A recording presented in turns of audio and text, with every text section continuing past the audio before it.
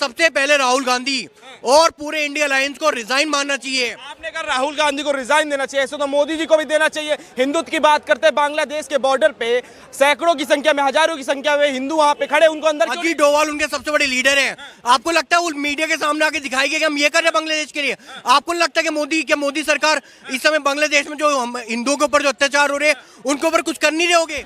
यार यही होगा, जहाँ मुस्लिम मेजोरिटी होगा, इस्लामिक मेजोरिटी होगा, उनका तो क्लियर है, कुछ गलत नहीं हो रहा है। वो तो वो बोलते हैं, तो उन्होंने गलत क्या किया? वो बोलते हैं क्लियरली कि भैया हम मेजोरिटी में होंगे तो हम ये करेंगे, तो वो तो ईमानदार लोग हैं। जितने भी कुपोषित एमपीज पार्लियामेंट में बैठे हैं, जितने भी ऐसे एमपी बैठे जिनकी हिंदुओं के प्रति कोई आस्था नहीं है, और अगर वो हिंदू होकर भी हिंदू के प्रति नहीं बोल पा रहे हैं, तो इससे बड़े दुख तो कुछ हो ही नहीं सकता हमारे पार्लियामेंट में। मेरे हिसाब से सबसे पहले राहुल गांधी और पूरे इंडिया अलायंस को रिजाइन मानना चाहिए। देश में और भी ऐसे युवा है जिसको अपने देश से प्रेम है, देश में और भी ऐसे युवा है जिसको अपने देश की संसद में आना है, एमपी की सीट लेनी है, वो चाहते हैं कि देश में एक अच्छा रूल्स एंड रेगुलेशन बने। आपने कहा राहुल गांधी को रिजाइन देना चाहिए, ऐसे तो मोदी जी को भी देना चाहिए। हिंदुत्व की बात करते हैं, बांग्लादेश के बॉर्डर पे सैकड़ों की संख्या में, हजारों की संख्या में हिंदू वहां पे खड़े, उनको अंदर क्यों नहीं? आपको सीडीएस पता है क्या होता है? जो सीडीएस की कमेटी बैठती है, जो ऐसी गठित कमेटी बैठती है जो बिल्कुल ना तो मीडिया के सामने आती है ना किसी पब्लिक के सामने आती है, पर वो चुपचाप बैठ के काम करते हैं। अजीत डोवाल उनके सबसे बड़े लीडर हैं। आपको लगता है वो मीडिया के सामने आके दिखाएंगे कि हम ये कर रहे हैं बांग्लादेश के लिए? आपको नहीं लगता कि मोदी सरकार इस समय बांग्लादेश में जो हिंदुओं के ऊपर जो अत्याचार हो रहे हैं उनके ऊपर कुछ कर नहीं रहोगे? योगी जी चौड़े होकर आ रहे हैं, मीडिया में आके बोल रहे हैं। कोई सा आपको विपक्ष का ऐसा नेता मिला है अपोजिशन का जो ये बोल रहा हो कि भाई हिंदुओं के ऊपर अत्याचार हो रहे हैं? इनको हमास के ऊपर तो ऑल आइज फॉर हमास दिखता है, और जब बांग्लादेश के ऊपर इतना अत्याचार हो रहे हैं तो कहाँ चुप बैठे ये लोग? इंटरनल मामला है ना, विपक्ष वाले कह रहे इंटरनल मामला है। इंटरनल मामला क्या होता है भाई? इंटरनल मामला क्या होता है?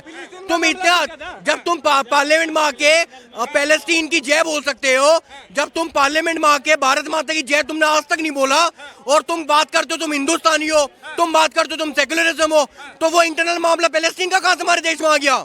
आज अगर हिंदुओं के ऊपर अत्याचार हो रहे, कहां है ओवैसी की आवाज? आज अगर हिंदुओं के ऊपर अत्याचार हो तो कहां है जय बच्चन की आवाज? कहां है उसकी आवाज, अखिलेश यादव की आवाज? आज सारे के सारे चुप कैसे बैठे हैं ये?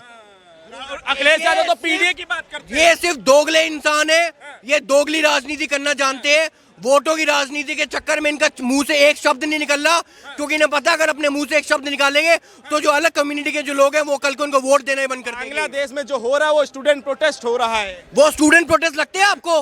वो ऐसे स्टूडेंट जो निकल के धर्म की राजनीति में आ गए, वो ऐसे स्टूडेंट निकल के जो साड़ियां पहन के घूम रहे हैं, जो शेख हसीना के वस्त्रहीन कर रहे हैं वहां पर, उनके घर के उनके कपड़े को और उनके सामानों को चोरी करके जा रहे हैं, वो आपको स्टूडेंट लगते हैं? स्टूडेंट को आपको पता है स्टूडेंट की क्या वैल्यू होती है? किसी भी देश में एक स्टूडेंट क्या होता है? स्टूडेंट अगर प्रोटेस्ट करता है तो सुप्रीम कोर्ट में जाएगा। रिजर्वेशन के लिए प्रोटेस्ट कर रहे हैं। सर अगर आपको प्रोटेस्ट करना है वोट के थ्रू गवर्नमेंट को हटाओ। ये कोई तरीका नहीं होता कि आप किसी घर में घुस के उसको मानने की कोशिश करो। और जिस तरीके से विपक्ष के नेता इस समय कह रहे हैं कि हम भारत में बांग्लादेश का माहौल क्रिएट कर देंगे, मैं कह रहा हूँ 10 मिनट, सिर्फ 10 minute Indian army, air force, navy, BSF को लगेगा तुम्हें लात मार के बांग्लादेश में भगाने का। अगर तुमने कभी भी हिम्मत करी हमारे देश में ऐसा माहौल क्रिएट करने की, ऐसे लोग जिनकी एक्साइल सोच है, ऐसे लोग जो बिल्कुल नक्सलवादियों वाली सोच रखते हैं, उनको हमारी आर्मी ऐसा मार मार के भगाएगी देश से कि उनकी हिम्मत कभी नहीं हो सकती। जी करी तो थी ऐसी सोच वाले लोगों को। जो आपकी सीए प्रोटेस्ट चल रहा था उसके अंदर क्लियरली यही तो था कि जो जिन लोगों को हेल्प चाहिए उनको आप हेल्प नहीं दे सकते, और आपके खुले होके लोगों ने यहाँ पे वो पास नहीं होने दिया था। तो क्या कर रहे थे? मतलब सीए वाला जो प्रोटेस्ट था कंपैरिजन करेंगे लगभग बराबर ही था। सर इनको सिर्फ एक तर्क दिखता है, इनको ये नहीं दिखता उसके पीछे क्या क्या काम हुआ है। इनको सिर्फ एक तर्क दिखता है, इनको ये दिखता है कि भाई उसमें कुछ हो ही नहीं रहा, उसमें कुछ सपोर्ट ही नहीं कर रहे। सर कितनी संस्थाएं देश में ऐसी है, कितनी पॉलिटिकल मतलब संस्थाएं ऐसी देश में जो उनके ऊपर उनके लिए काम कर रही है, ठीक है? करंट गवर्नमेंट, रूलिंग गवर्नमेंट के ऊपर इनका इतना काम कर रही है। क्या आपको नहीं लगता कि जिस तरीके से अपोजिशन पार्टी पार्लियामेंट में, संसद में माहौल खराब करती है और उनके प्रति हिंदुओं के एक शब्द नहीं निकलता, आपका इसमें क्या कहना है? मैं ये कह रहा हूँ कि अब हुआ है ना कि ऑपोजिशन पार्टी को वॉइस मिली है पिछले 10 साल से। अपोजिशन पार्टी की वॉइस क्यों नहीं निकल रही बांग्लादेश के ऊपर? सुन तो लो भाई, मैं ये कह रहा हूँ कि 10 साल से शाह जी थे अपने होम मिनिस्टर, ये जो फालतू के लोग पैसा खा के प्रोटेस्ट कर रहे थे सीए पे, तो इनके डंडे क्यों नहीं बजाए? किसने रोका हुआ था इनके डंडों को? और लोगों के भी तो रामदेव बाबा पे डंडे बज गए थे और उनकी तो मेजॉरिटी में भी नहीं थी। तो ये हमारे मोदी और शाह जो शेर बनते हैं, इन्होंने क्यों नहीं डंडे बजाए इनके? सवाल तो बहुत बड़ा है। देखिए ये चाह रहे हैं कि मोदी और अमित शाह उनको पर डंडे बजाए। सर हमारी बीजेपी नहीं है। मेरी बात, बीजेपी को भी वोट एक ऐसी सरकार, एक सेकंड, बीजेपी सरकार एक ऐसी सरकार है जो संवैधानिक तरीके से चलती है, कोर्ट के तरीके से चलती है, सुप्रीम कोर्ट के तरीके से चलती है। कोई इस तरीके से नहीं कि डंडा बजाएंगे। ये ऐसी मानसिकता के जो लोग हैं ना, ये सिर्फ अपोजिशन में हो सकते हैं जो देश का माहौल खराब करने की कोशिश कर रहे हैं। जो सीए का जो संविधान में बिल्कुल प्रोविजन है कि अगर आप जबरदस्ती रास्ते रोकोगे तो by force by anything you can remove जो भी आप वो कर रहे हो। आप लोगों को कौन से आर्टिकल में लिखा है और कौन से सेक्शन में लिखा है? नहीं, आप बंद कर सकते हो रोड। कौन से आर्टिकल में लिखा है?